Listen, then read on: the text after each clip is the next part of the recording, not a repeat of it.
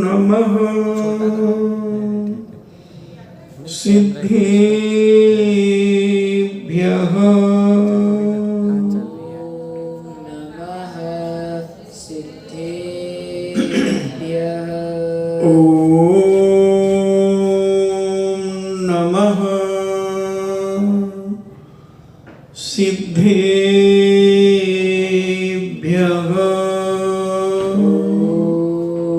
नमः सिद्धेभ्यः इळमो अरिहन्ताणम्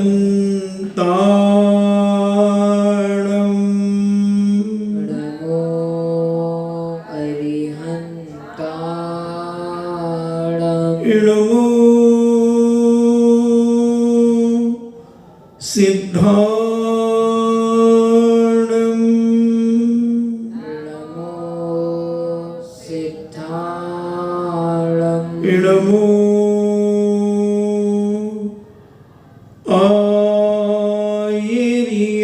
आयर्याणम् नमो आयर्याणम् इळमो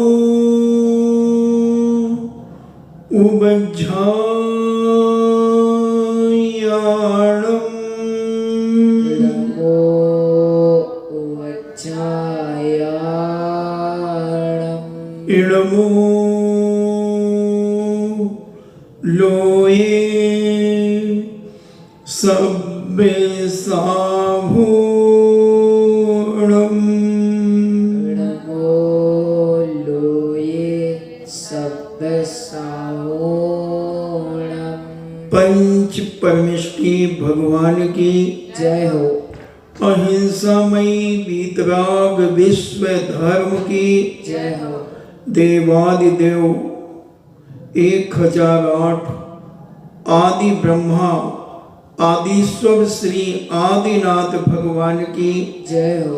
देवादिदेव 1008 चिंतामणि घोर उपसर्ग विजेता श्री पार्श्वनाथ भगवान की जय हो।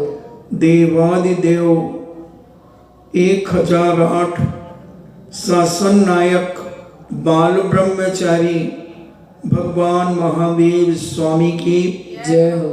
परम पूजनीय आचार्य श्रोमणि गुरुवर श्री कुंद कुंद महामुनिराज की जय हो। परम पूजनीय आचार्य श्रोमणि गुरुवर श्री विद्यासागर जी महामुनिराज की जय हो। परम पूजनीय निर्यापक श्रमण मुनि श्री सुधा सागर जी महाराज की जय हो। परम पूजनीय 3,9 करोड़ महामुनिराजों की जय हो। तपोदय अतिशय क्षेत्र की जय हो। चुल्लक श्री गंभीर सागर जी महाराज जी की जय हो। चर्चा चल रही है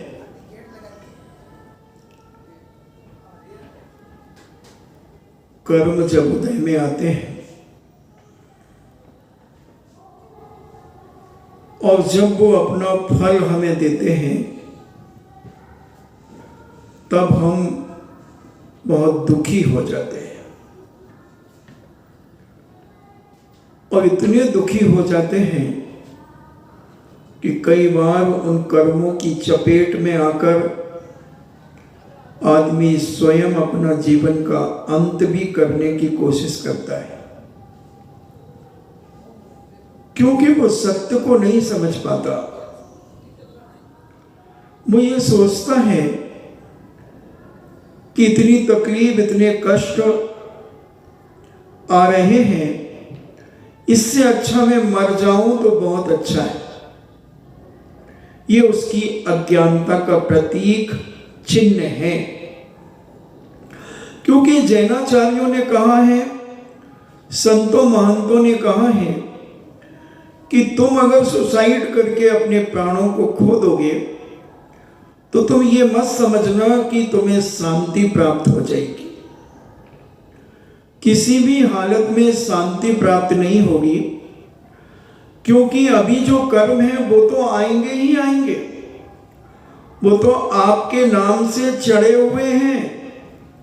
और एक सुसाइड और करेंगे आप, मरने का पाप, एक नया कर्म और बंध जाएगा। और जब ये नया कर्म बंधेगा और पुराना, दोनों मिलकर के जब तुम्हारे जीवन में उदय में आएंगे, तब तुम कैसे संभालोगे, कैसे झेलोगे इन कर्मों को? अभी तो एक कर्म ही आ रहा है जो विगत दिनों तुमने किया था, विगत भावों में किया था, विगत जन्मों में किया था, और इसमें चला करके जान करके और करोगे तो इसका कर्म और तीव्रता से उदय में आएगा। पूज्य उमा स्वामी महाराज ने अपने तत्वासूत्र ग्रंथराज के अंदर एक सूत्र दिया, तीव्र मंद ज्ञाता ज्ञात भावाधिकरण वीर तद विशेषा, कि आपने कितनी तीव्रता से वह कर्म किया है, कितनी मंदता से किया है, कितनी जानकर के किया है या अज्ञान में हुआ है।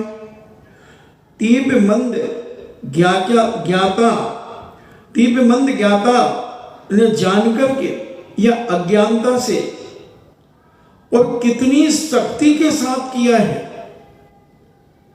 मां अपने बेटे को कई बार थप्पड़ मारती है, तो बेटों के थप्पड़ मारने की भी शक्तियां अलग अलग होती हैं। छोटे बच्चे को एक प्यार से थपकी दी जाती है गाल के ऊपर, पीठ के ऊपर, मगर वो बड़े प्यार से होती है। और जब वो बच्चा बड़ी शैतानी करता है, शैतानी करने पर मां जोर से थप्पड़ मारती है। उस जोर के थप्पड़ मारने में बच्चा सीधा हो जाता है, और जब रोता है तो फिर कहती चुप होता कि नहीं तो एक और देती हूं, एक और देती हूं। तो वो फिर सांस को रोकता है और अपनी तेज आवाज को कम कर लेता है कि दूसरा थप्पड़ ना पड़ जाए। और दूसरा थप्पड़ अगर पड़ गया तो फिर वह रोना कम कर देता है, मचलना शुरू कर देता है। उसी प्रकार वही थप्पड़ बड़े को मारा जाता है, उसमें ताकत ज्यादा होती है, क्रोध ज्यादा होता है। ऐसे अनेक अनेक कारणों के माध्यम से जैनाचार्यों ने हमें समझाने का प्रयास किया कि अगर तुम मरने का भाव करोगे तो तुम बहुत बड़ी अज्ञानता कर रहे हो अपने जीवन में। क्योंकि सुसाइड करके, आत्महत्या करके कोई व्यक्ति आज तक शांति को नहीं पा पाया, वो दुखी ही हुआ है और अल्प आयु से भी प्राप्त होती है। बार बार जन्म मरण होते रहते हैं। क्यों अल्प आयु क्यों मिलती है? तो जैनाचार्य कहते हैं अल्प आयु देने का, मिलने का कारण कि जो चीज आपको पसंद नहीं होती है उसी को तो आप बिगाड़ डालते हैं, उसी को अपने पास से हटाने का प्रयास करते हैं या उससे हटने का प्रयास करते हैं। जो चीज को आप पसंद नहीं करते, जो नहीं चाहते, तो कर्म कहता है कि तुम्हें मनुष्य पर्याय हमने बहुत दुर्लभता से जो प्राप्त होती है वो तुम्हें दी थी हमने, और तुमने उस मनुष्य पर्याय को बीच में ही तुमने मरने का भाव कर लिया। तुम बीच में ही मर गए, चला करके मर गए। तुम्हें मनुष्य पर्याय अच्छी नहीं लगी और तुमने उसे खत्म करने का प्रयास कर लिया, और तुमने स्वयं के द्वारा स्वयं का घात कर लिया। जब तुम्हें जो वस्तु अच्छी नहीं तो कर्म कहता है अगले जन्म में तुम्हें हम ये देंगे ही नहीं।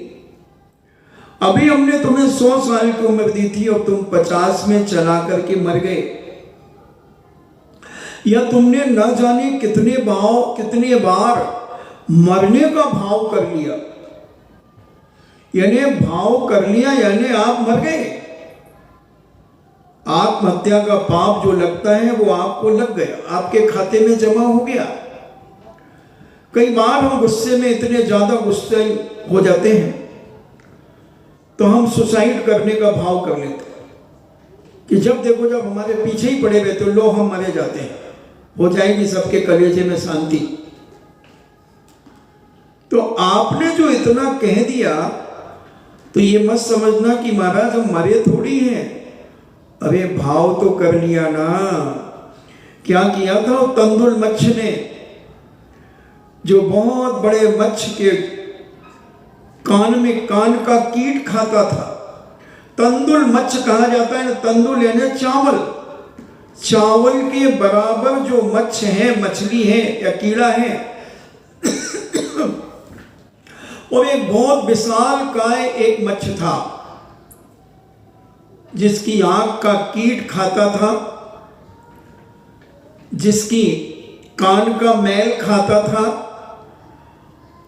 और वह जो मच्छ था बड़ा, वह जब सोता था तो मुंह फाड़ करके सोता था, तो उसके मुख में बहुत सारी मछलियां आया जाया करती थी।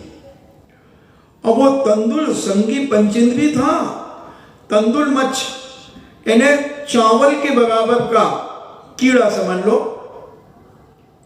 और वो बहुत विशाल काय मछली थी या मगर समझ लो, वह मुंह फाड़ करके सो रहा था।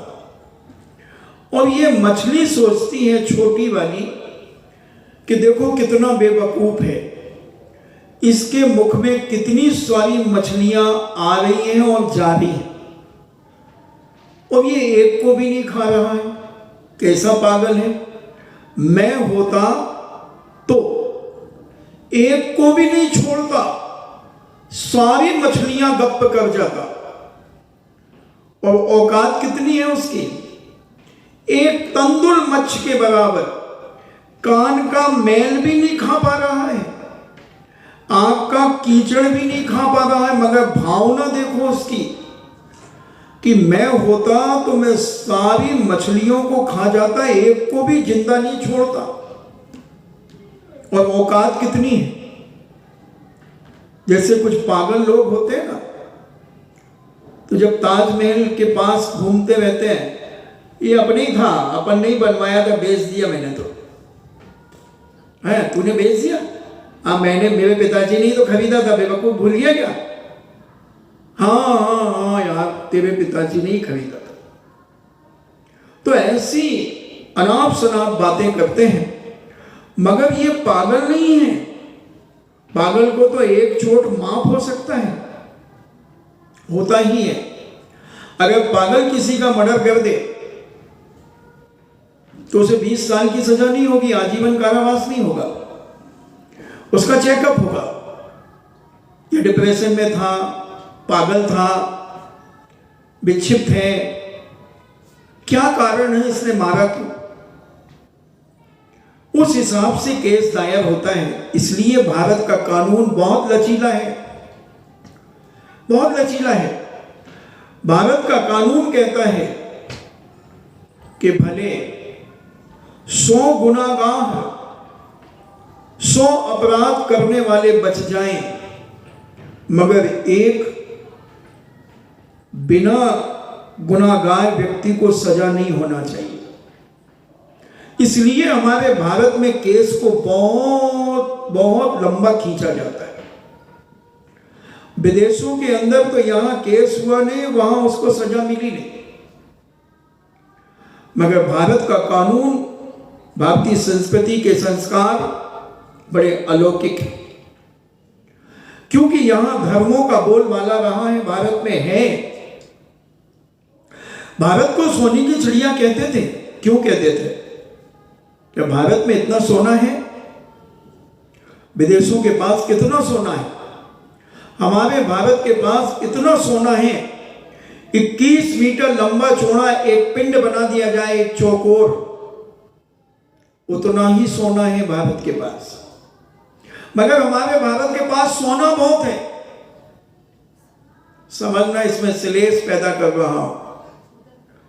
भारत में सोना 21 मीटर लंबा, 21 मीटर चौड़ा और 21 मीटर ऊंचा, सारा सोना का अगर एक बॉक्स बना दिया जाए तो इतना बनेगा। मगर हमारे भारत के पास इतना सोना है, एक एक व्यक्ति के पास इतना सोना है कि बोलो तो अभी प्रवचन में सुला दूं सबको, प्रवचन में बैठे बैठे सो जाएंगे, इतना सोना है, इतना भारत में सोना है। जब राष्ट्राध्यक्ष भारत आया तो अपने साथ 7 जहाज लेकर के आया, इतना सामान लेकर के आया वो। उसने सोचा क्या पता भारत कैसा होगा, क्या खाने पीने मिलेगा कि नहीं मिलेगा, कैसी स्थिति होगी। मगर जब भारत के गांव-गांव को देखा, वहां के लोगों का भोजन देख करके उसके मुंह में पानी आ गया। ज्वार बाजरे की रोटियां हाथ पे रख करके खा गया नायला में, और इतना आनंदित हुआ। और लोगों से पूछा कि तुम सबको नींद आ जाती है? तो हमारा भारतीय कहता है सर अभी सो के दिखाओ, 1 मिनट में हम सो जाएंगे। और तुम्हारे यहां तो नींद की गोलियों का हिसाब नहीं है। एक एक आदमी न जाने कितनी गोलियां खा खा करके भी नींद नहीं आ पाती। और हमारा भारतीय 1 मिनट में घबराहट भरता है। ठंड में अगर थोड़ा सा रूम हीटर चालू हो जाए या फिर एसी को बदल दिया जाए तो देख लो आप 10 मिनट में सो जाएगा। और उठाया ना जाए, शांति धारा अभिषेक का मंगला अष्टक अगर ना सुनाई पड़े तो बहुत सारे लोग तो बिस्तर को छोड़े ही नहीं। इतना आनंद आता है उन्हें बिस्तर में पहुंचते ही। कई तो यही कहते हैं अरे आम ये सुबह क्यों होती है, संडे का दिन बहुत अच्छा लगता है बच्चों को,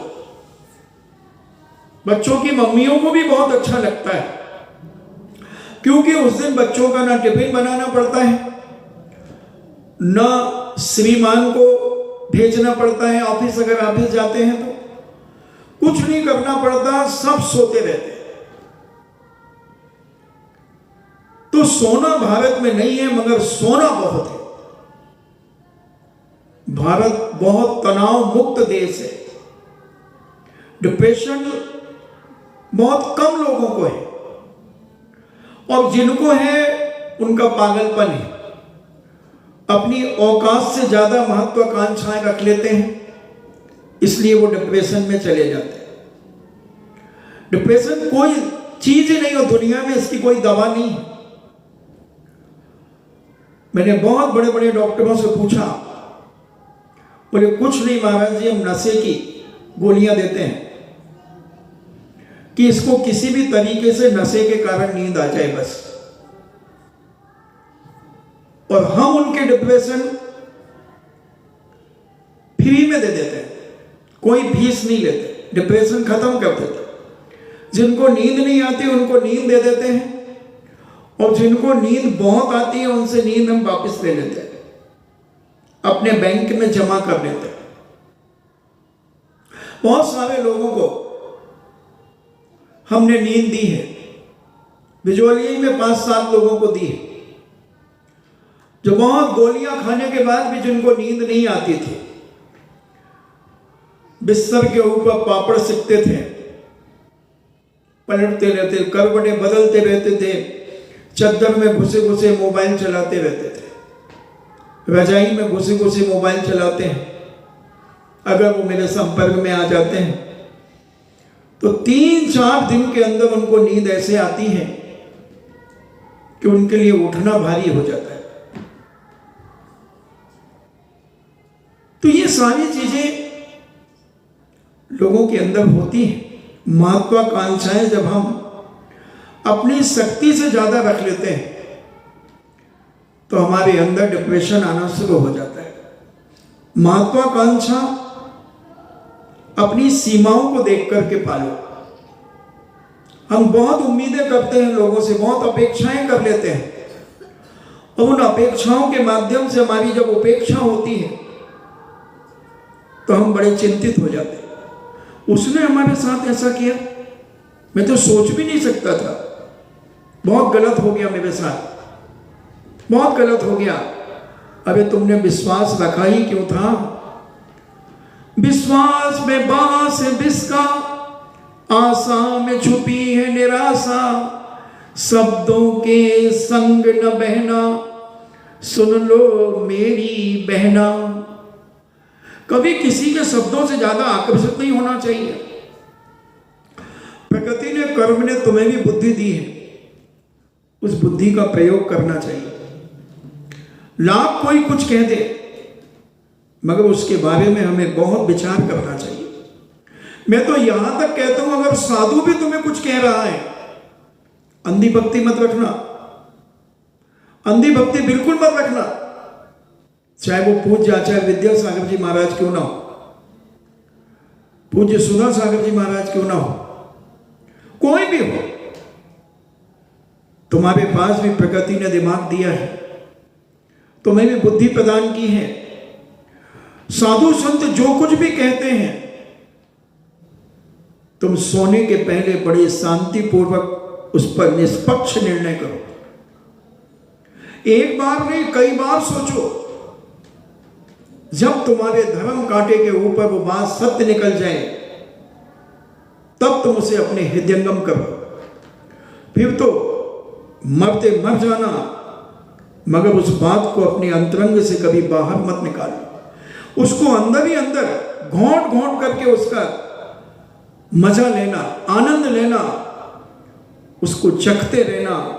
तुम्हारे जीवन में सोने में सुहागा होगा, तुम्हारा जीवन पवित्रता से भरेगा, आनंद पूर्ण होगा, और तुम याद करोगे और तुम अपने अंदर की बात अपने किसी खास व्यक्ति को भी बताने का प्रयास करोगे। अगर तुमने सही सच्चे मन से उस चीज को समझा है, बहुत ऊहापोह किया है, उसके अंदर मंथन करके तुमने उसे ग्रहण किया है। जैन दर्शन पलायनवादी नहीं है, पलायनवादी नहीं है जैन दर्शन, पुरुषार्थवादी। हर चीज में पुरुषार्थ करो, भागो मत, डर के भागो मत। सफल नहीं हुए हो तो तुम भागो मत, बदलने का प्रयास करो, समझने का प्रयास करो, और अपने जीवन को चंदन जैसे महकाओ, अपने जीवन को चंदन जैसे महकाओ। जहां तुम खड़े हो जाओ, तुम्हारी खुशबू, तुम्हारी सुरभि लोगों को आकर्षित करे, तुम्हारे तरफ खींचे लोगों को। अपना व्यवहार ऐसा बनाओ,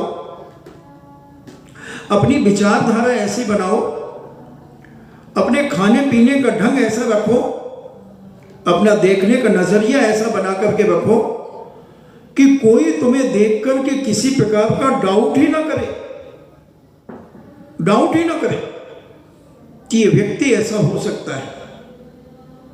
लाख तुम्हारे ऊपर लांछन लगाए जाएं, मगर तुम अपने आप में दृढ़ और पवित्र रहोगे, एक दिन उसे नतमस्तक होना पड़ेगा। यही प्रसंग अपना 1.25 महीने से चल रहा है, 1.25 महीने से चल रहा है। पुहुपाल धर्म कर्म को कुछ नहीं समझते थे, उन्हें बड़ा अहंकार था कि धर्म क्या करेगा, हम करेंगे तो धर्म हमारा पीछे है, धर्म हमारे। नहीं बंधुओं, ये सोच बहुत गलत हो गया लोगों का। धर्म के प्रभाव से ही सब कुछ आज हमारे और तुम्हारे पास है। अगर ये सोच हमने बदल लिया और अपने जीवन में धर्म को अंतरंग से स्वीकार कर लिया, हर कदम पर तुम्हें सफलता के चरण चूमने के लिए मिलेंगे। सफलता तो तुम्हारे पीछे चल रही है, मगर हमारा सोच, हमारा संगति का वातावरण हमारी पवित्रता को अपवित्र कर रहा है, और उसी अपवित्रता के कारण हम कई जगह विफल हो जाते हैं। पास होते होते हम विफल हो जाते हैं, फेल हो जाते हैं, क्योंकि हम अंदर से कंफ्यूज हो जाते हैं, हम अंदर से घबराने लगते हैं, हम सत्य को नहीं पहचान पाते, हम धर्म के स्वरूप को नहीं जान पाते, हम कर्म सिद्धांत को नहीं जान पाते। यही तो हुआ राजा मोहपाल का। धर्म को नहीं पहचानने के कारण उसने अपनी बेटी को एक कोढ़ी के साथ विवाह कर दिया। धर्म के स्वरूप को नहीं पहचानने के कारण धवल सेठ का जीवन का अंत हो गया। एक पर नारी पर कुदृष्टि डाल दी, बुरी दृष्टि डाल दी। एक सज्जन व्यक्ति के जीवन को बर्बाद करने के लिए पूरा जीवन लगा दिया। क्या बर्बाद कर पाया? क्या श्रीपाल को मिटा पाया? अरे दूसरे की लाइन मिटाने के पहले अपनी लाइन को ही बड़ा कर लो ना। दूसरे की लाइन क्यों मिटा करके तुम अपनी लाइन को बड़ा करना चाहते हो, बड़ा दिखाना चाहते हो? खुद ऐसा काम करो कि तुम्हें लोग बड़ा मानने लगे। बड़ा मानने लगे। बड़े तुम अपने आप को मानो मत, तुम्हारे मानने से तुम बड़े नहीं हो जाओगे।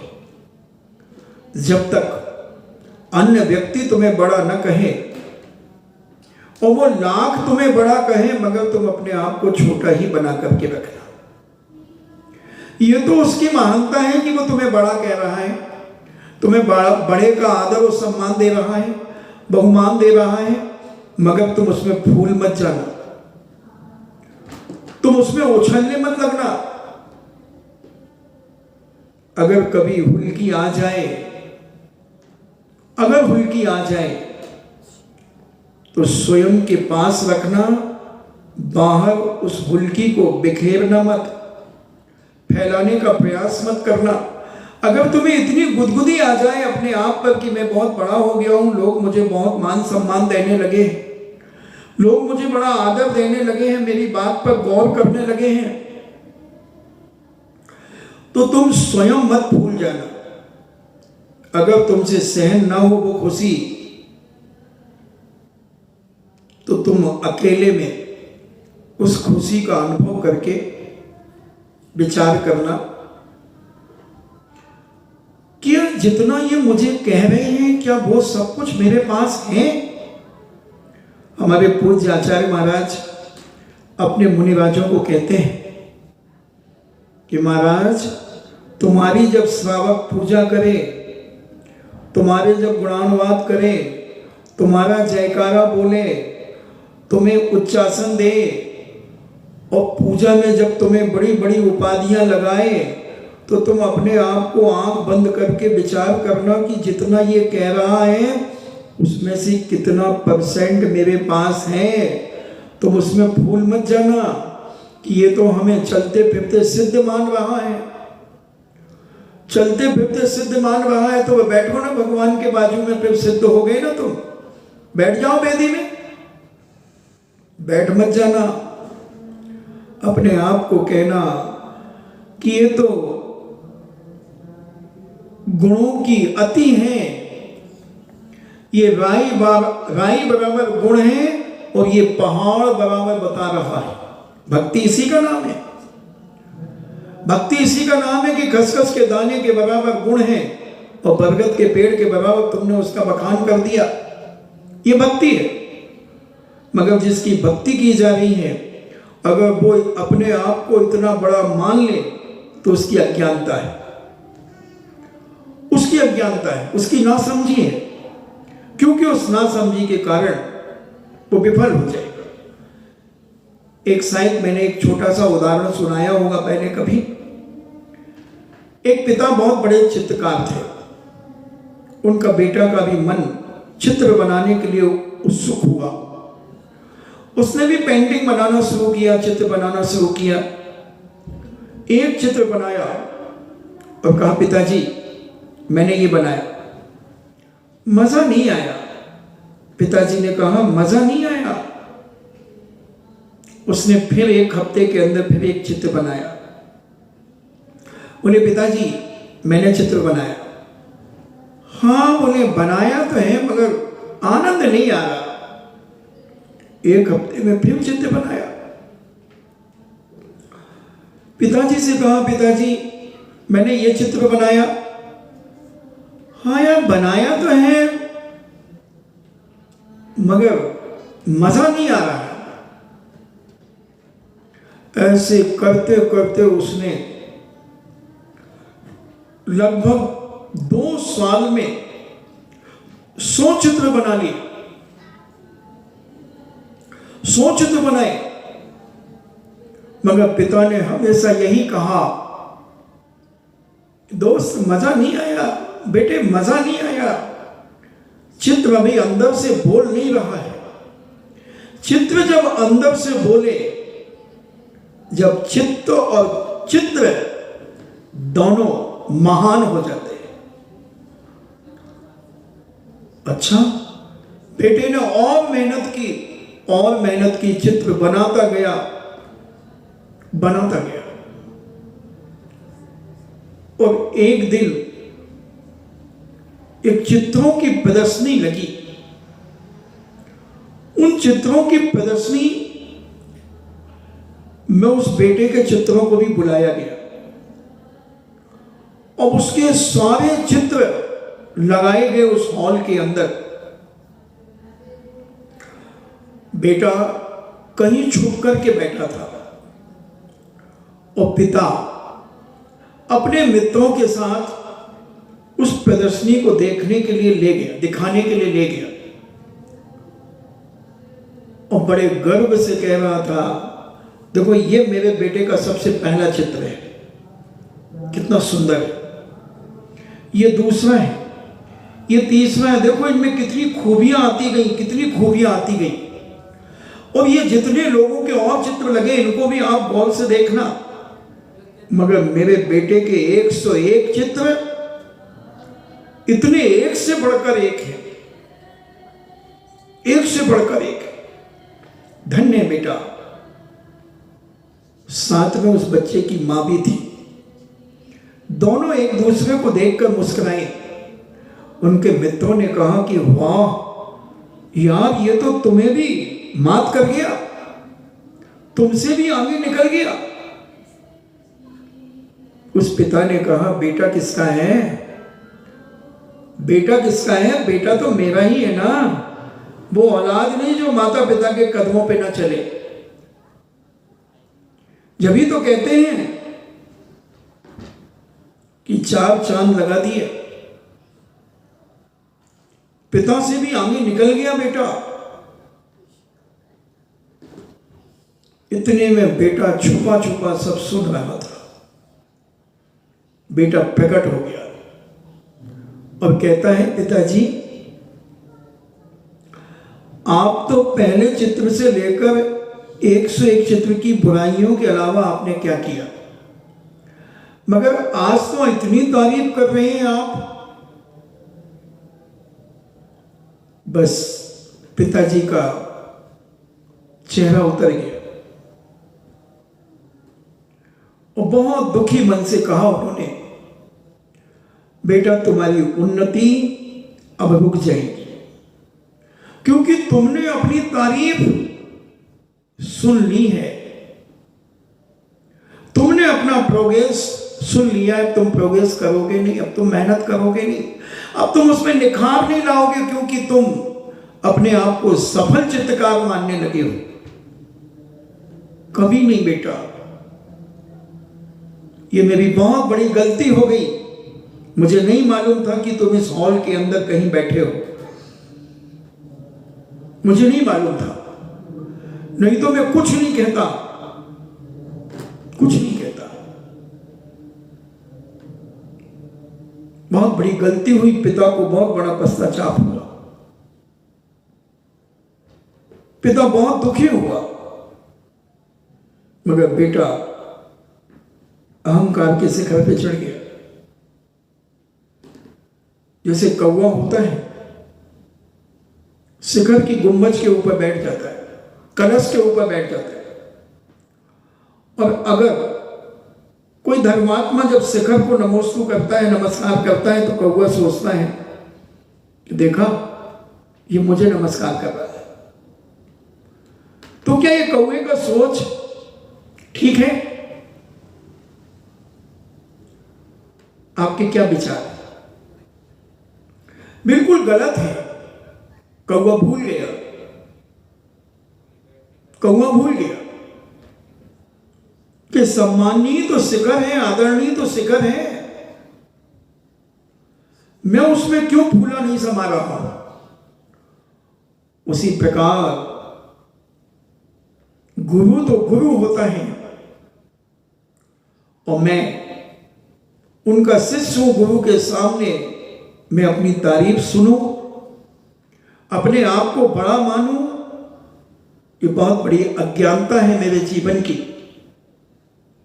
एक सज्जन व्यक्ति, विवेकशील व्यक्ति, चारित्रवान व्यक्ति, गुणवान व्यक्ति इस प्रकार का विचार अपने जीवन में लाता है। एक बहुत बड़ा युद्ध का सैनिक था, और जब वो बूढ़ा हो गया, यानी सेना से रिटायर्ड हो गया, तो उसने सोचा कि मेरी सारी कलाएं कहीं मेरे साथ ना चली जाएं।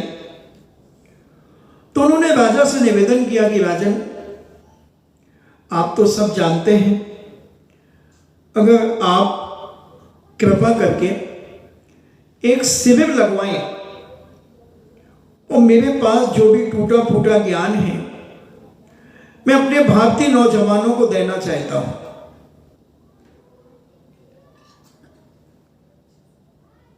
राजा ने कहा, बहुत अच्छी बात है, क्योंकि इससे योद्धा बढ़ेंगे, शस्त्र चलाने में निपुण होंगे लोग, और तुम तलवार चलाने में तो मास्टर हो। उसने सिर नीचा कर दिया। बहुत सारे हजारों की तादाद में युवा तलवार चलाना सीखने के लिए आए, और उन्होंने, बुजुर्ग सैनिक ने उन सबको तलवार चलाना सिखाया। अनेक अनेक तरीके से तलवार से कैसे बचा जाता है, सामने के वार को कैसे रोका जाता है, ढाल पर कैसे तलवार का वार रोक करके सामने वाले को कैसे मारा जाता है। अनेक अनेक प्रकार के दांव पैंच उन्होंने सिखाए, और इतने पारंगत कर दिया, एक एक को इतना पारंगत कर दिया कि सारे बहुत बड़े योद्धा हो गए। उन्हीं हजार व्यक्तियों में से एक इतना अहंकारी हो गया, और राजा से कहता है, राजन, आपने उसे सैनिक शिरोमणि की उपाधि से विभूषित किया है, एक बार मेरे को भी युद्ध करा के देख लो उनसे। किनसे? जिन्होंने तलवार चलाना सिखाया है, उन बुजुर्ग सेनापति से। तो फिर क्या ये उपाधि, अगर मैंने उन्हें हरा दिया तो क्या ये उपाधि मुझे मिल जाएगी? राजा ने कहा कि तुम्हें शर्म नहीं आती? जिस गुरु ने तुम्हें शिक्षा दी है तुम उनसे मुकाबला करना चाहते हो? तुम उनसे अपने आप को तौलना चाहते हो? ध्यान रखना,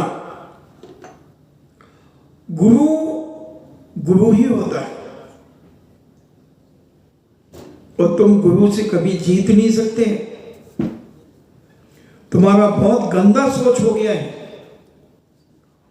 मगर उसका अहंकार तो इतना बढ़ गया था,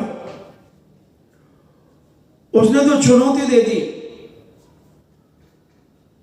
कि राजन, मैं तो उनसे युद्ध करने के लिए तैयार हूं। गुरु ने विचार किया, ठीक है, इसकी चुनौती स्वीकार करता हूं। और 1 हफ्ते बाद दोनों का युद्ध का प्रदर्शन होना था। गुरु और शिष्य में युद्ध होना था। दोनों अपनी कला का प्रदर्शन करने के लिए तैयारियां करना शुरू कर दी।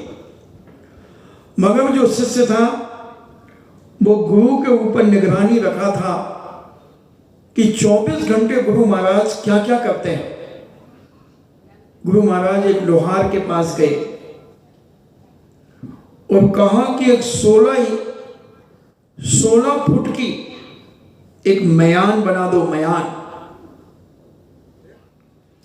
इसे पता चला कि 16 फुट की मयान बनवाई है गुरु महाराज ने, तो मैं कोई कम थोड़ी हूं। उसने 18 फुट की तलवार और म्यान बनवा ली और युद्ध की तैयारियां करते चले गए। रविवार आ गया, हजारों की जनता गुरु और शिष्य का युद्ध देखने के लिए तैयार हो गई।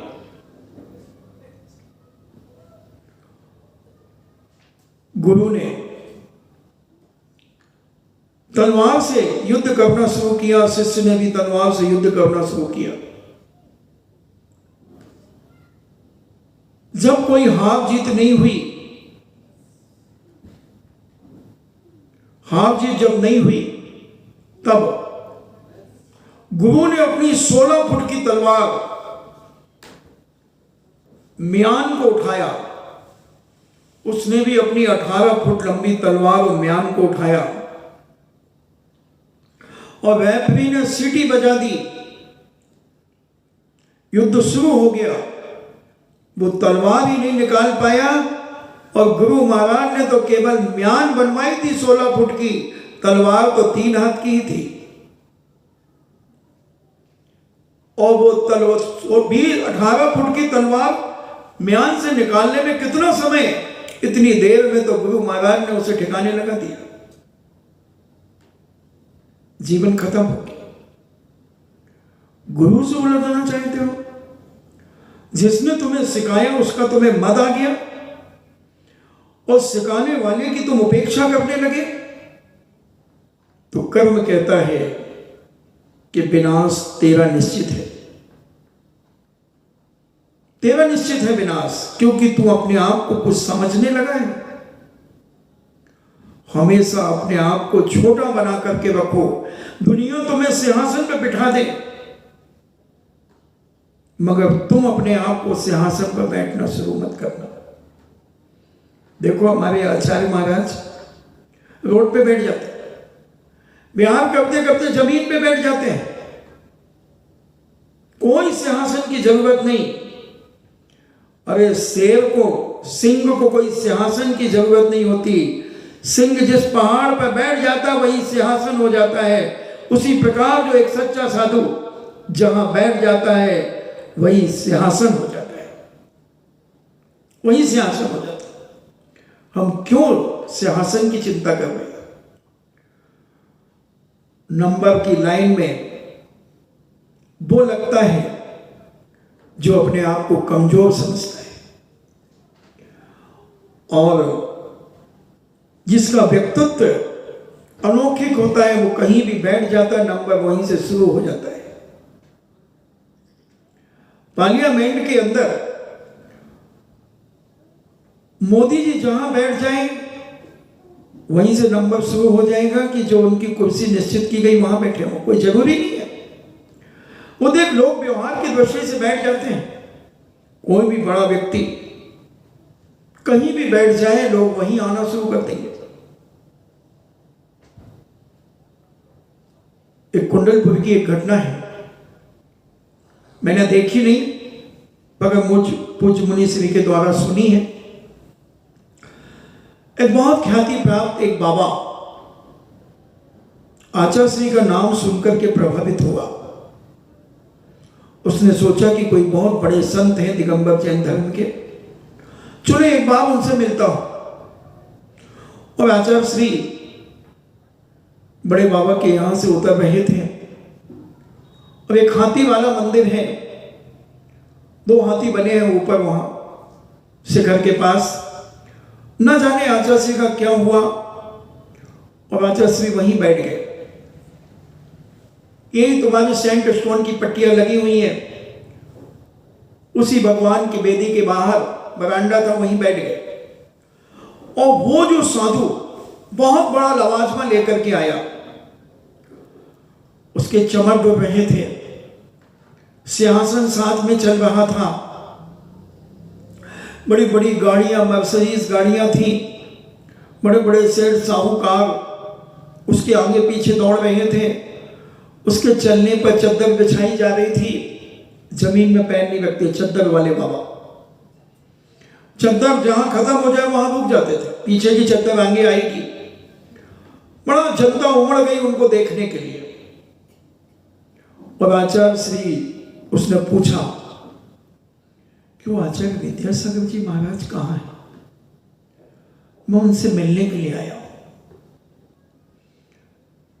तो लोगों ने कहा कि यहां से आप जाएं, वो देखिए वो तो हाथी वाला शिखर दिख रहा है, वहां पर बैठे हैं वो।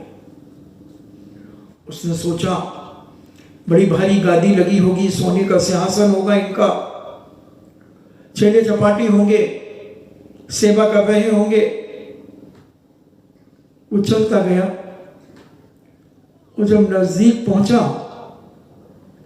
तो क्या देखता है कि जमीन के ऊपर, एक पट्टी के ऊपर, फरसी के ऊपर बैठे हुए हैं और बड़े मस्त मौला हैं,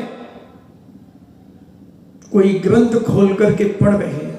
वो देखता रहा, देखता रहा। लोगों से कहा, यही है विद्यासागर जी महाराज? लोगों ने कहा, हाँ यही है विद्यासागर जी महाराज। वो देखता रह गया, देखता रह गया और वहीं बैठ गया उनके चरणों में।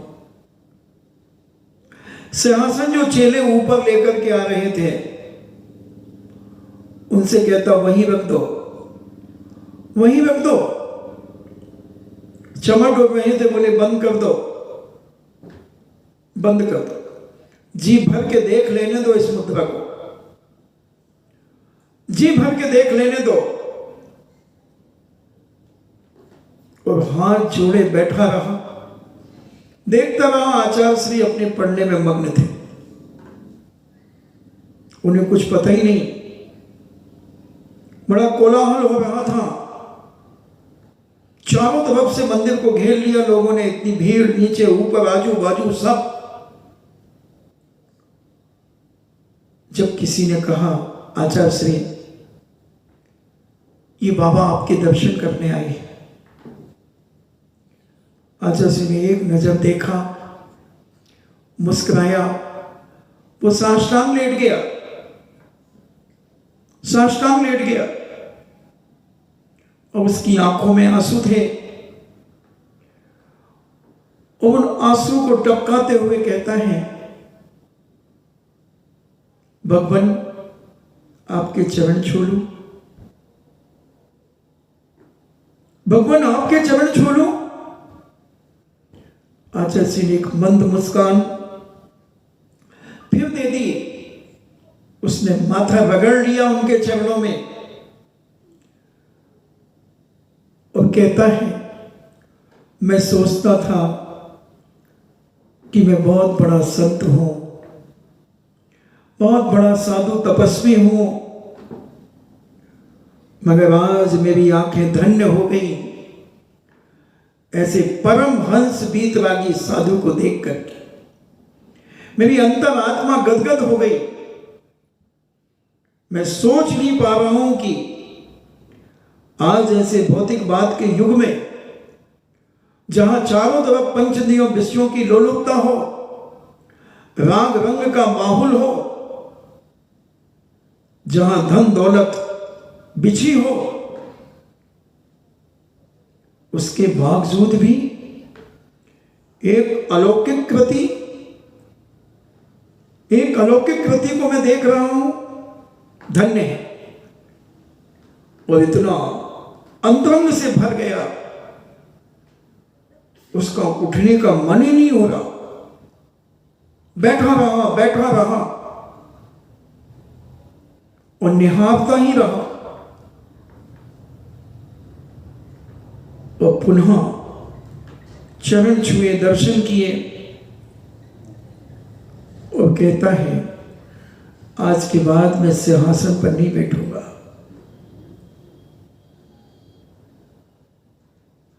सिंहासन पर नहीं बैठूंगा, मैं भी अब अपना सादा जीवन उच्च विचार की ओर अपने आप को बढ़ाने का प्रयास करूंगा। इतना बड़ा साधक जिसके 300 शिष्यों की मंडली, 500-700 जिसकी ब्रह्मचारिणियां, 500 ब्रह्मचारी, फिर भी चेहरे पर कोई तनाव नहीं, फिर भी चेहरे पर कोई डिप्रेशन नहीं, और इतना शांत और समाज का श्रेष्ठतम आचार्य, सारे भारत की दिगंबर जैन समाज जिसे अपनी श्रद्धा का केंद्र मानती है, उसके ऊपर कितने तनाव होंगे। मगर ये तो न नाव है इसके पास, न तनाव है। ये तो नंग धड़ंग एक परमहंस है, परमहंस है, सच्चा बीतरागी साधु है। वो गुणावाद कर रहा है, आचार्य श्री नीचा सिर करके अपना पढ़ रहे, पढ़ते चले गए। वो उन्हें पढ़ता गया, कहता गया, और वो स्वयं अपने आप को पढ़ते चले गए, पढ़ते चले।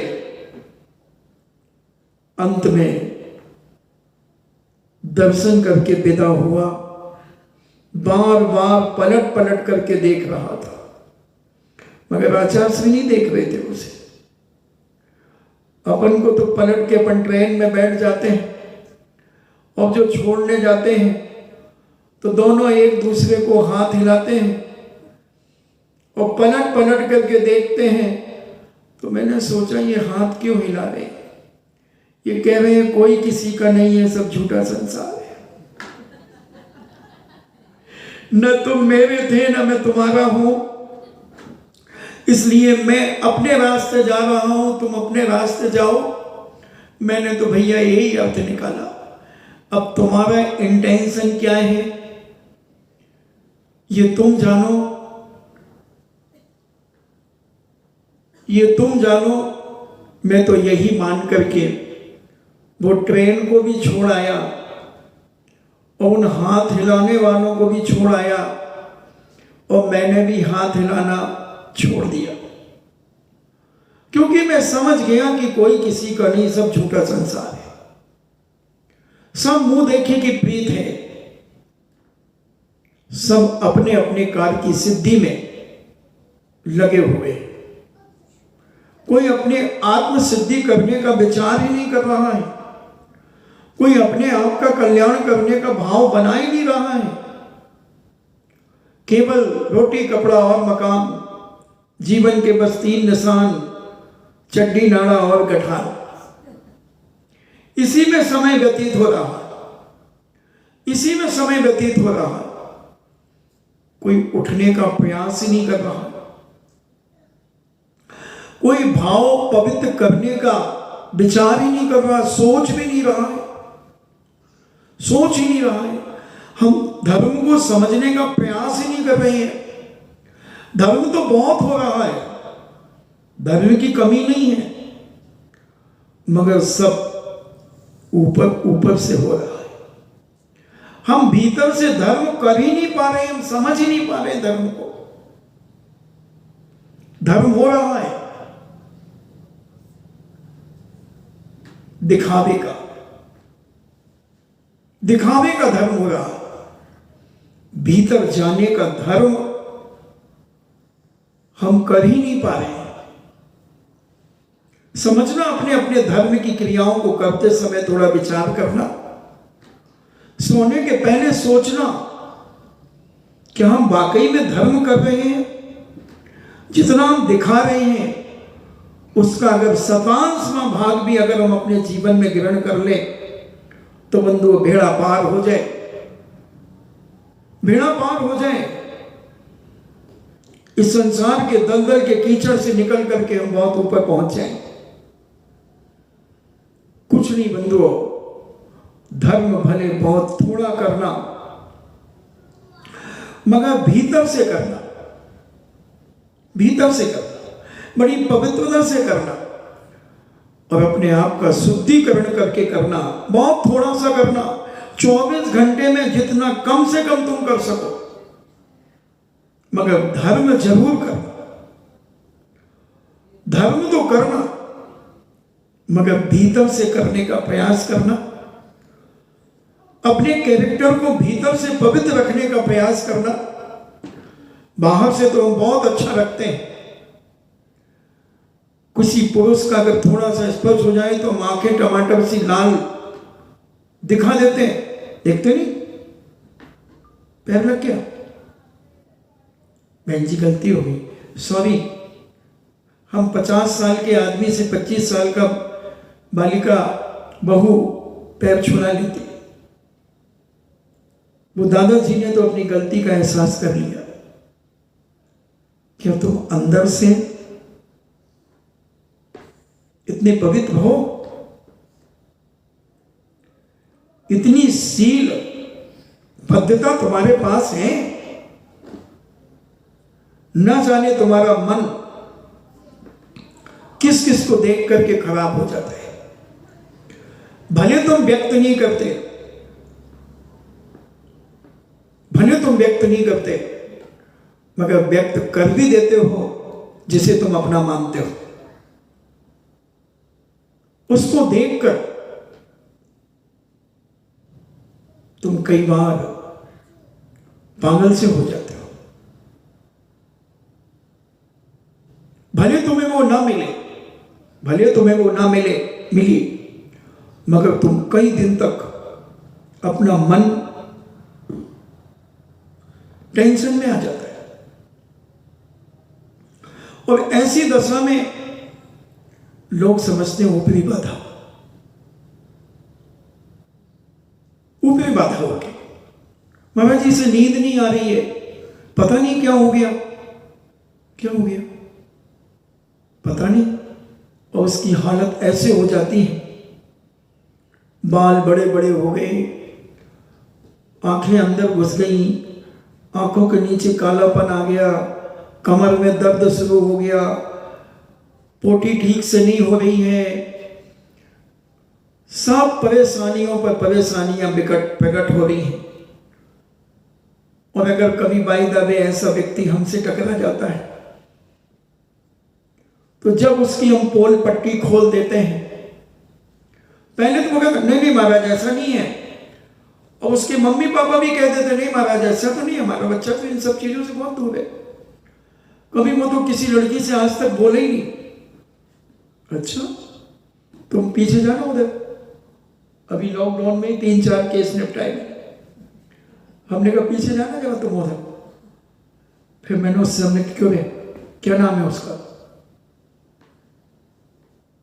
क्या नाम है उसका? तो मेरे को ऐसे आंख फाड़ के देखा। मैंने कहा देख ले अच्छे से, हमने तेरे गांव के सब जानते हैं मुझे। बोले नहीं ऐसा कुछ भी नहीं है। हमने क्यों मायाचारी करना, बता देना।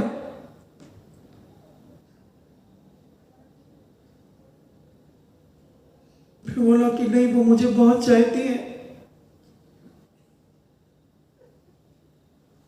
हमने कहा सही में चाहती है? जैन है? बोले नहीं सिंधी है। मैंने बेवकूफ, क्या जैन लड़कियां सारी मर गई? सारी मर गई क्या? अगर जिस दिन जैन लड़कियां सारी मर जाएं फिर तो उधर झांकना, उसे लाने का प्रयास करना। ये नाटक क्यों कर रहा है? पूरे परिवार को तूने 8 महीने से दुखी करके रखा है। तू इतने अच्छे घर का लड़का है, इतने संपन्न घराने का लड़का है, तेरी दुकान पूरे नगर में फेमस है, मगर तू बेवकूफ कहां फंस रहा है? बोले वो मर जाएगी महाराज जी। मैंने मर जाने दे, अपने बाप का क्या जा रहा है, उसके बाप का जाएगा, मरने देना, क्या फर्क पड़ता है? एक जान है, ऊपर वाला ले या नीचे वाला। तू भी बेवकूफी कर रहा अपने जीवन में। बोले नहीं महाराज जी ऐसे नहीं होगा। तो मैंने कहा ये सोच, कब से तेरा परिचय है उससे? बोले 2 साल से, MBA कर रहा था मैं जब से। तो मैंने वो भी MBA कर रही? बोले हाँ।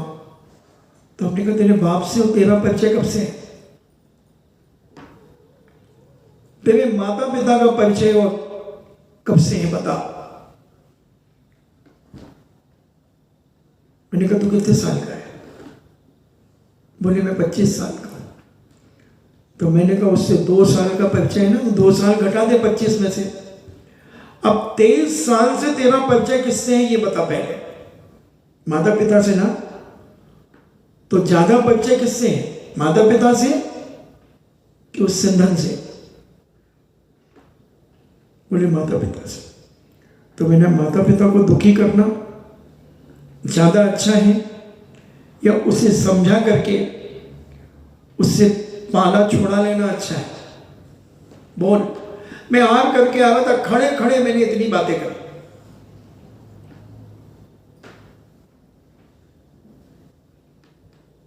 तो हमने कहा इज्जत किसकी जाएगी, तेरे माता पिता की कि उसकी? उनको क्या है? हमने कहा तू जैन धर्म का मानने वाला है, जिनैन के कुल में तेरा जन्म हुआ है। अगर तू ये अनर्थ कर लेगा तो तेरे परिवार का धर्म कर्म सब छूट जाएगा।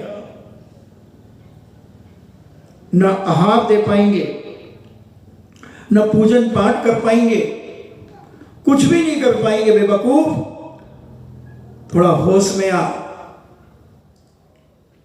चमड़ी से प्रभावित नहीं होते, चमड़ी से प्रभावित नहीं होते। ये 4 दिन के मिलन से, 4 दिन के वार्तालाप से कभी जीवन को सौंपा नहीं जाता। विश्वास कर अपने जीवन में कि तेरे माता पिता कोई अंधी लूली काली लंगड़ी से तेरा विवाह नहीं करेंगे। वो भी पूरी ताकत लगाएंगे तेरे लिए, तेरे योग्य सोच करके लाएंगे। तुझे अधिकार किसने दिया कि अपनी स्वयं की पत्नी को ढूंढने का अधिकार तुझे किसने दिया? क्या तू अनाथ है? तेरे माता पिता मर गए हैं? जो तू स्वयं जीवन का निर्णय तू कर रहा है, तुझ में इतनी योग्यता है, अच्छा बुरा जानता है। उसकी आंखों से आंसू टपकने लगे। मैंने सोच विचार कर ले अपने जीवन में, अगर माता पिता को दुखी करके तूने ये विवाह किया, तू कितना भी तू धन कमा लेगा मगर तू कभी मानसिक सुखी नहीं रह पाएगा। जब तुझे हुल्की आएगी, जिस माता पिता ने मुझे जन्म दिया है, मुझे पढ़ाया लिखाया, अपने पैरों पे खड़ा कराया, और मैंने आज उनको धोखा दिया है। बुढ़ापे का सहारा बनना था मुझे, मगर मैं तो उनकी बुढ़ापे की लकड़ी छीन करके ले आया। उन्हें तो धक्का मार करके आ गया, उनके जीवन का विनाश करके आ गया। उनको मुंह दिखाने लायक भी मैंने नहीं बचने दिया। थोड़ा सोच ले, आज जो तेरे पिता सिर उठा करके चलते हैं नगर में, साधु संतों के पास जाते हैं गर्व से, तो क्या फिर जा पाएंगे? सर उठा के चल पाएंगे? सर ऊंचा कर पाएंगे? सोच ले, सोच ले। अगर तुझे माता पिता के प्रति गर्व है, धर्म के प्रति बहुमान है और अपने गुरुओं के प्रति श्रद्धा और आस्था है, तो आज ही अपने दिल और दिमाग से यह चीज निकाल दे। अभी का फोन और आई एम सॉरी प्लीज कर और अपने जीवन को पवित्र बना ले। कुछ नहीं बंधु, आदमी न जाने दो बातों में कैसा उसके जीवन में फितूरी आ जाती है। मेडिकल साइंस इस चीज को कहता है कि कुछ ऐसे हार्मोन्स होते हैं उसकी बॉडी में, जब वो एक विजाति से बात करता है तो उसके हार्मोन्स बड़े उत्तेजित होते हैं और वो कुछ दिन तक इसी घटापोय में रहता है। अगर उससे उसे दूर करा दिया जाए, चाहे वो बालक हो चाहे बालिका, तो वो हार्मोन्स पुनः अपनी पोजीशन पे आना शुरू हो जाते हैं। मगर वो मिलते रहेंगे तो वो उत्तेजित होते रहेंगे, उन्हें दूर कर देना चाहिए। ना मोबाइल से बात हो, ना फेस एक दूसरे को देखें, और उसे थोड़ा सा कन्वर्ट कर दिया जाए, सब ठीक हो सकता है। कोई बड़ी बात नहीं है बंधुओं। इसलिए संस्कारों की बहुत बड़ी आवश्यकता होती है। आज हम इतनी जल्दी अपने चरित्र को पतित कर देते हैं। आज तो मामूली बात हो गई, अभी आ रही है फरवरी, स्लिप डे, एक चाटा डे आएगा, लड़के लड़की चाटा मारेंगे। अब देखना ये पागलों का दिन, बेवकूफों का दिन। किस मूर्ख ने कहा कि चाटा मारो? क्यों मारो?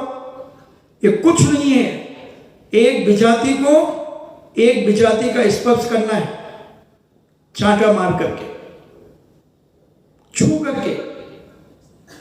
तुम्हारा शरीर इतना पतित है, इतना गिरा हुआ है कि कोई भी तुम्हें छू ले। क्या तुम सड़क छाप हो? इतने गिर गए कि कोई भी तुम्हारे गाल पे चाटा मार दे। कुछ नहीं, ये सब पाश्चात्य संस्कृति है बंधु। हमारे भारतीय संस्कृति के कोई दिन नहीं है ऐसे।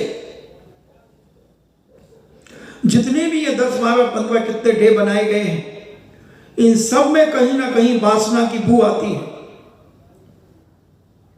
कहीं ना कहीं से वासना की बू आती है। अब देखना, हैप्पी बर्थडे मनाते हैं, क्या करते हैं हैप्पी बर्थडे में? केक काट करके उसके गालों में चिपकाते हैं। देखो तो इन पागलों को, उसके मुंह में थोप देते वो क्रीम, क्या होती है वो चुपड़ देते हैं। ये कोई हैप्पी बर्थडे? मारते हैं, कहते हैं अब तो जितने साल का हो जाता है उतने मुक्के मारते हैं, चाटे मारते हैं। कितनी बेवकूफी आ गई आज दुनिया के अंदर, कितना बड़ा नालायकी है जिसे कहना चाहिए। मैं तो सुन करके दंग रह जाता हूं। काहे कि ये पढ़े लिखे हैं, मैं तो इनको पढ़ा लिखा गमार मानता हूं, पढ़े लिखे गमार। और जिनको तुम गमार कहते हो, वो ये गमारी नहीं करते, वो अपने बड़ों की इज्जत करते हैं। उनके जन्मदिन पर वो अपने बड़ों के पैर छूते हैं, बड़े उन्हें आशीर्वाद देते हैं और जुग जुग जियो का उन्हें आशीर्वाद देते हैं। और देखना पाश्चात्य संस्कृति का बर्थडे क्या होता है, क्या करते हो बर्थडे के दिन? अगर कोई 20 साल का हो गया तो 21 मोमबत्तियां जलाते हो, है ना? और फिर 20 मोमबत्ती बुझवाते हो।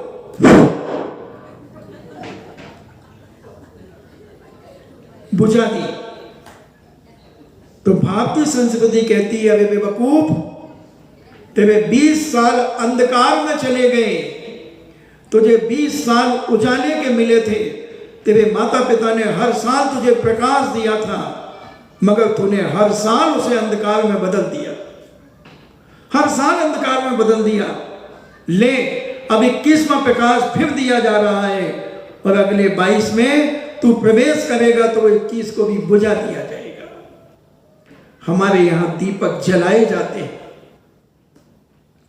हमारे यहां दीपकों को जला करके रोशनी की जाती है, प्रकाश किया जाता है कि जैसे एक दीपक का प्रकाश अगले साल 2 दीपक का प्रकाश, फिर 3 दीपक का प्रकाश, 4 दीपक का प्रकाश, ऐसे तू जितने साल का होता चला जाएगा उतने प्रकाश तेरे जीवन में जलते चले जाएंगे और जब अनेक प्रकाश मिलकर के सर्वांग अंधकार तेरे जीवन का समाप्त हो जाएगा। पाश्चात्य संस्कृति ने हमें मिटाया, पाश्चात्य संस्कृति ने हमारे संस्कारों का सत्यानाश किया है और उसी पाश्चात्य संस्कृति की स्थितियों को देखकर आज हमारे बच्चे डिप्रेशन में आ रहे हैं, तनाव में आ रहे हैं और अपने जीवन को बर्बाद कर रहे हैं, क्योंकि पाश्चात्य संस्कृति कुछ समझती ही नहीं। उधर तो शादी होते ही 4 दिन बाद तलाक हो जाता है, बच्चा 12 साल का हुआ फ्री कर दिया जाता है, वहां माता पिता का कोई विनय है ही नहीं। विदेश जैसी विकृति और भारतीय संस्कृति जैसी संस्कार्य संस्कृति बिल्कुल दोनों डिफरेंट है। हर विदेशी व्यक्ति भारतीय संस्कृति की आदर और सत्कार करता है, भारतीय संस्कृति को बहुमान देता है, मगर हम भारतीय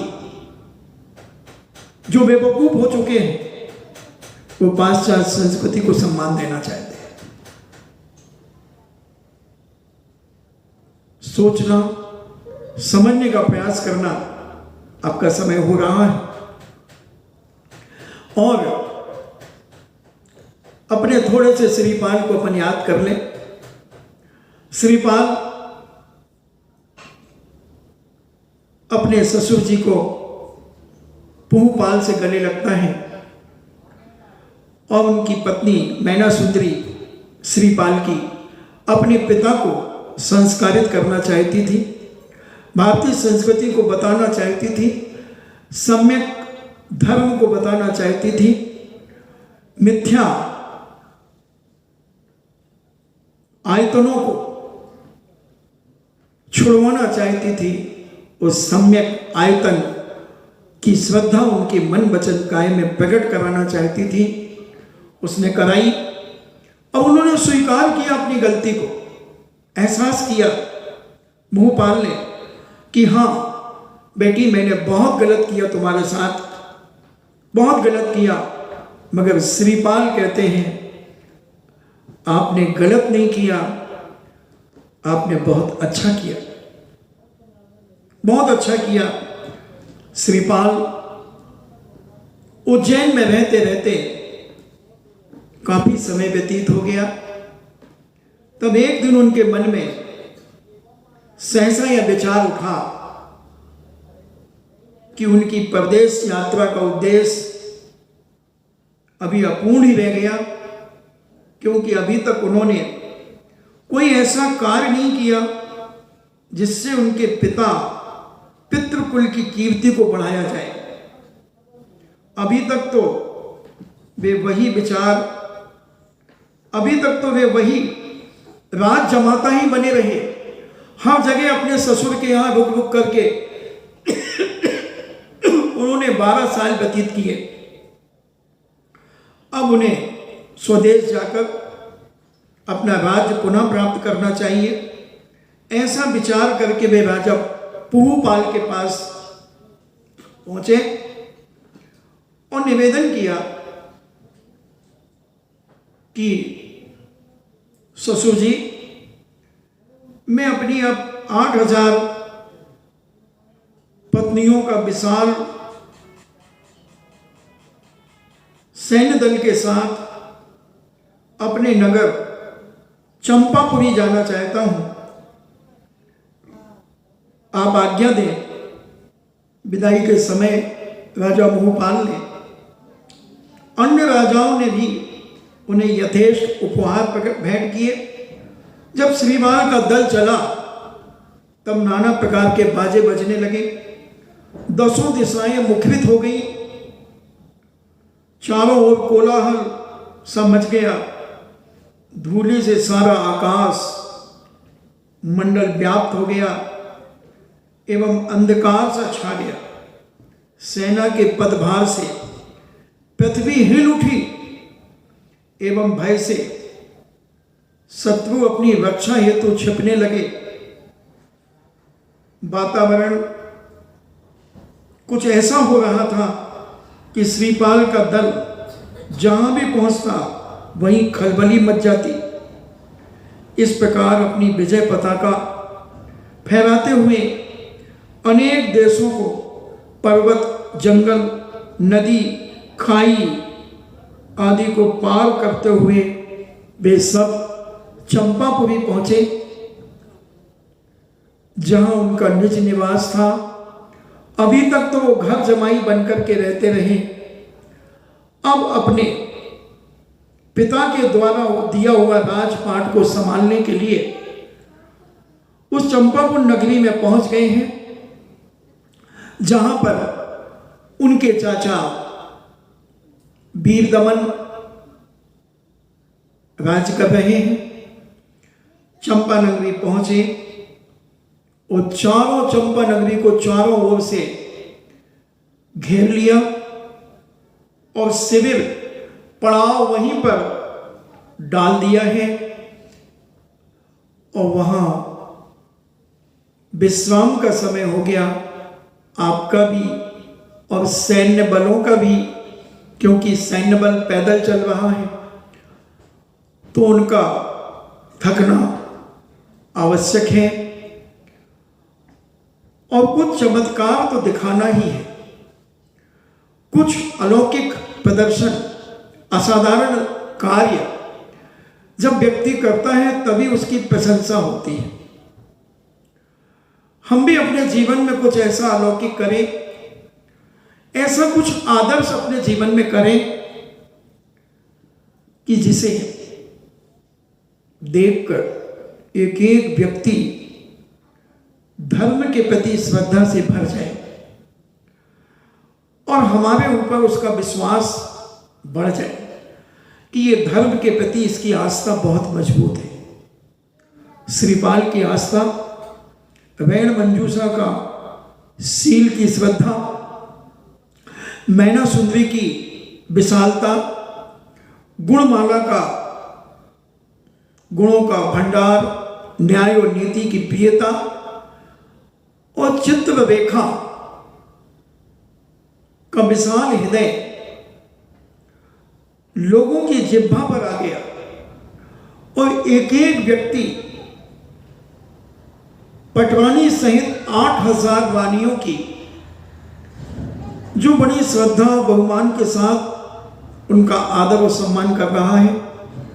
ये उनका सम्मान नहीं है, उनके चरित्र का सम्मान है, उनके कैरेक्टर का सम्मान है, उनके गुणों का सम्मान है।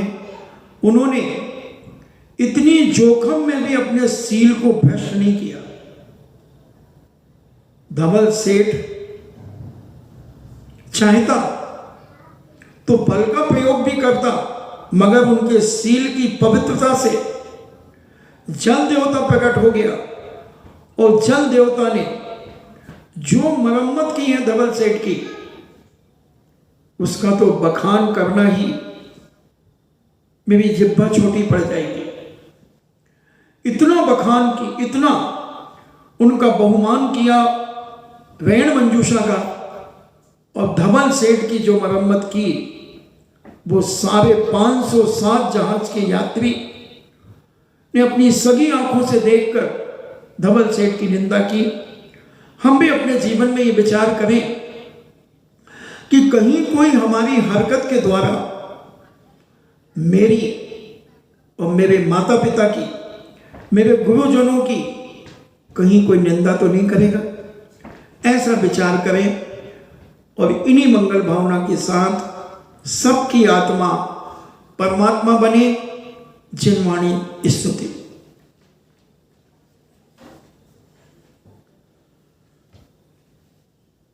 जिनवाणी के ज्ञान से सूझे लोकालोक, सो वाणी मस्तके धरो सदा देत हूँ धोख।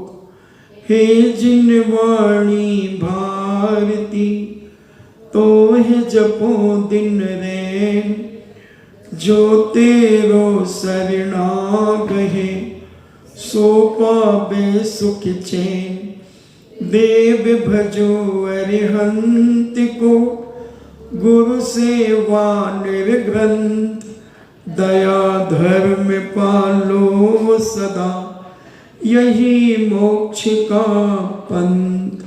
9 बार नमोकार।